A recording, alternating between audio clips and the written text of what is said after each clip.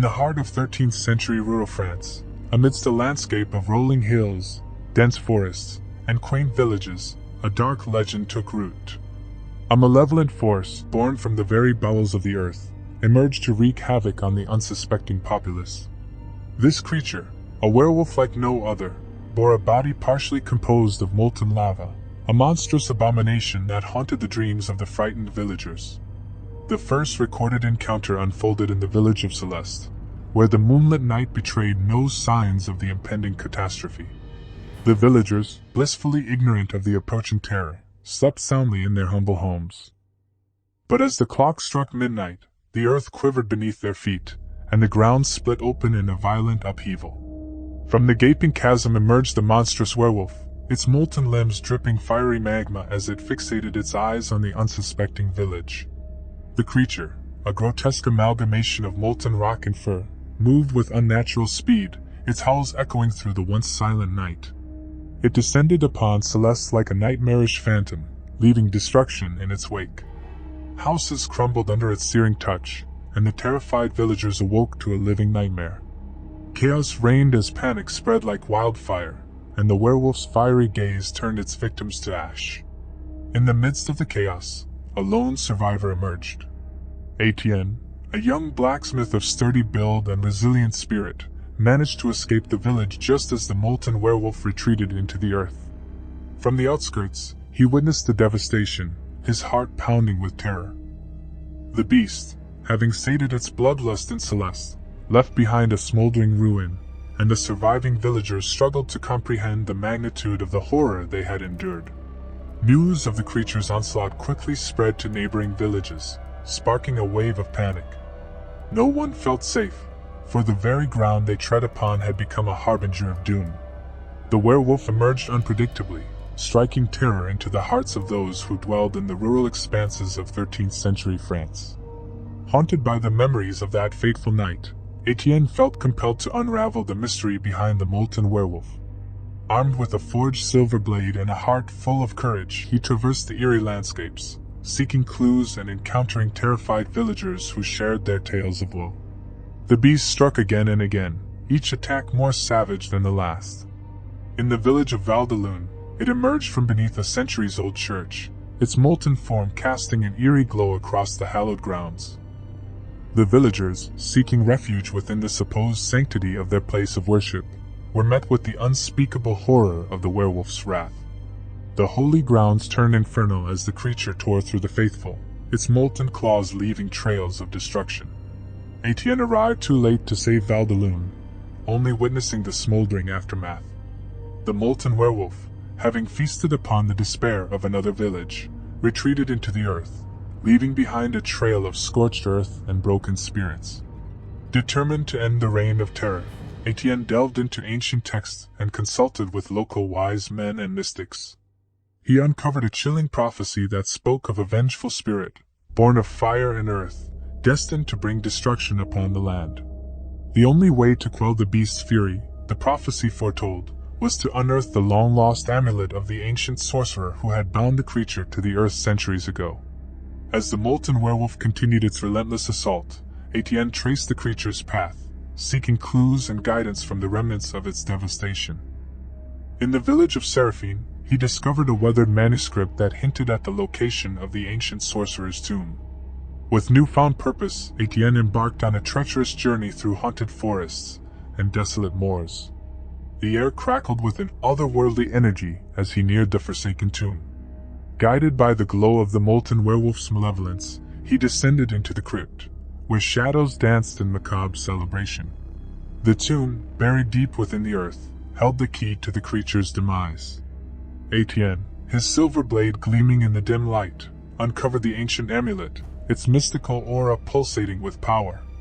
Armed with the artifact, he returned to the surface just as the molten werewolf emerged once more, this time in the village of Lucien. The creature, sensing Etienne's presence, howled with rage as it bore down upon the village. The villagers, paralyzed by fear, watched helplessly as the molten werewolf prepared to unleash its fiery fury. Etienne, however, stood resolute, the ancient amulet clasped firmly in his hand. A battle of epic proportions ensued, as Etienne faced the molten werewolf in a desperate bid to banish the creature back to the depths from whence it came. The air crackled with the intensity of their clash, the silver blade meeting molten claws in a dance of life and death. As the moon hung high in the night sky, Etienne channeled the ancient power of the amulet. The mystical energies surged through him, creating a barrier of radiant light that clashed with the molten werewolf's fiery might. The very earth trembled beneath the weight of their struggle, and the villagers watched in awe as the blacksmith fought to free them from the grip of supernatural terror.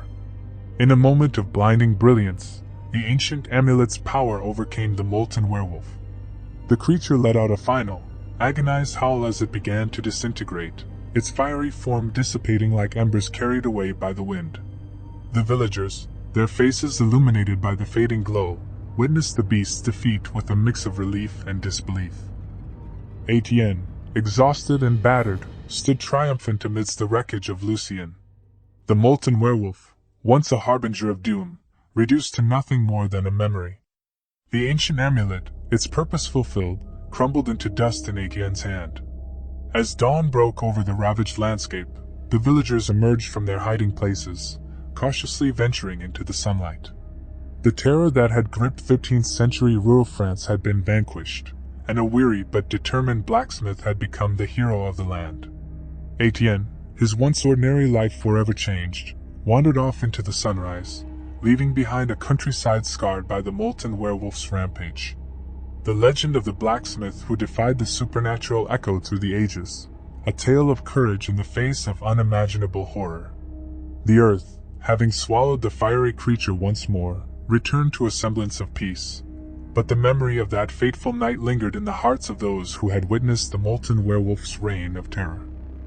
As the weeks passed, Etienne's name spread far and wide, becoming a beacon of hope in a land haunted by nightmares. The surviving villagers, their homes rebuilt and their wounds healing, spoke in hushed tones about the blacksmith who had stood against the very forces of hell. Yet, even in their newfound peace, a shadow lingered, a fear that the molten werewolf could return at any moment. Etienne, however, couldn't shake the gnawing feeling that his journey wasn't over. The ancient amulet, now reduced to dust, left him with an emptiness he couldn't comprehend.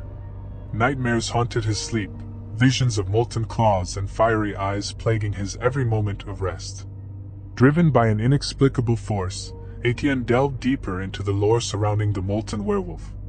Ancient manuscripts spoke of a hidden connection between the creature and the elements, a pact forged in the fiery depths of the earth.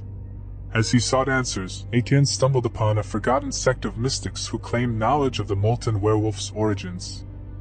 These mystics, known as the Keepers of Ember, resided in a secluded monastery nestled within the craggy peaks of the Pyrenees. Legends spoke of their ability to commune with the very forces that shaped the earth, and Etienne saw them as his last hope for unraveling the mystery that continued to haunt him.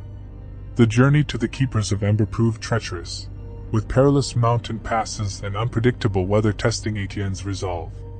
Yet, guided by an unseen force, he pressed on until the ancient monastery came into view, perched precariously on the edge of a windswept cliff. The keepers, cloaked in hooded robes and surrounded by the flickering light of ancient torches, greeted Etienne with a mix of curiosity and suspicion. Their leader, a venerable figure known as Elder Eliana, sensed the turmoil within the blacksmith's soul and agreed to share their knowledge. Seated in a dimly lit chamber, surrounded by dusty tomes and ancient artifacts, Etienne listened intently as Elder Eliana recounted the tale of the molten werewolf. According to her, the creature was born from the wrath of an ancient sorcerer named Malakar, who sought to unleash chaos upon the world. Malakar's dark magic, fueled by a pact with the elemental forces, transformed him into a being of molten fury, forever bound to the earth.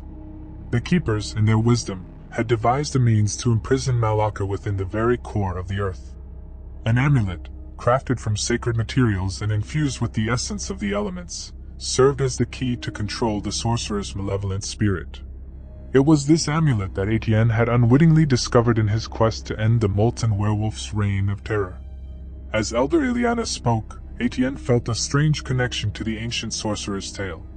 He realized that the amulet had not only banished the molten werewolf, but had also bound Malakar's spirit to his own destiny. The nightmares, the emptiness, He was the unwitting vessel of a power he had yet to comprehend. With a heavy heart, Etienne understood that his journey was far from over.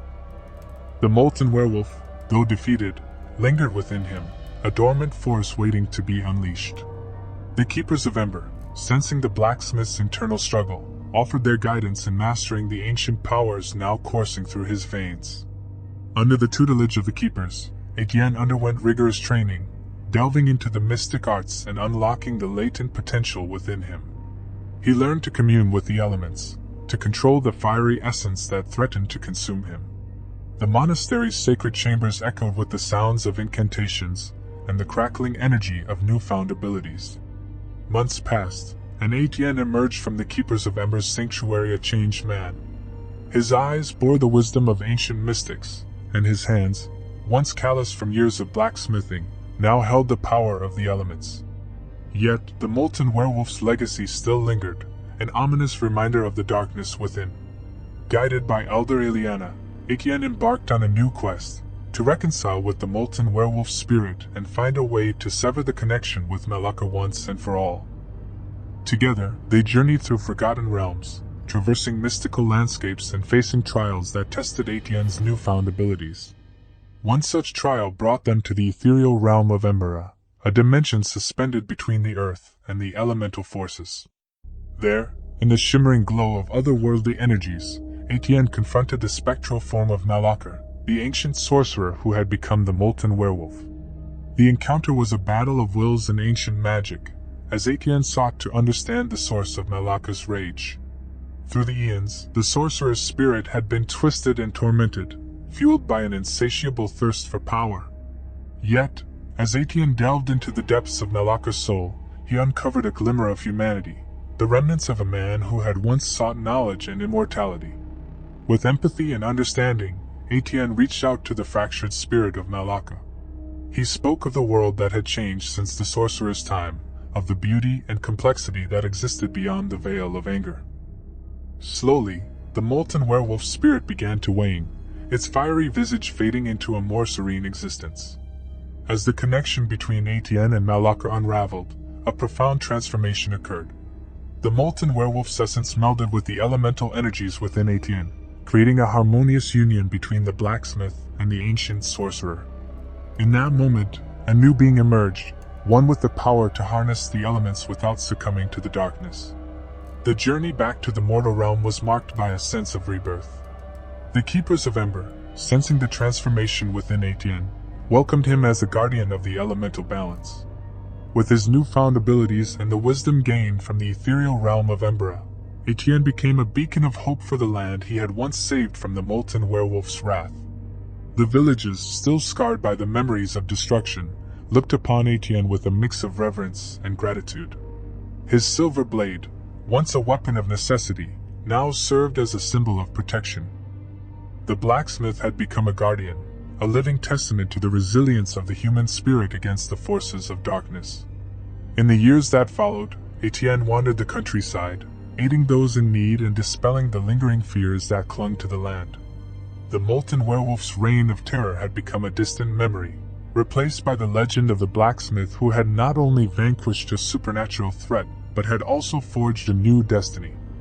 As Etienne aged gracefully, his story transcended the boundaries of time and space. Tales of the blacksmith who communed with the elements and tamed the molten werewolf spread far and wide.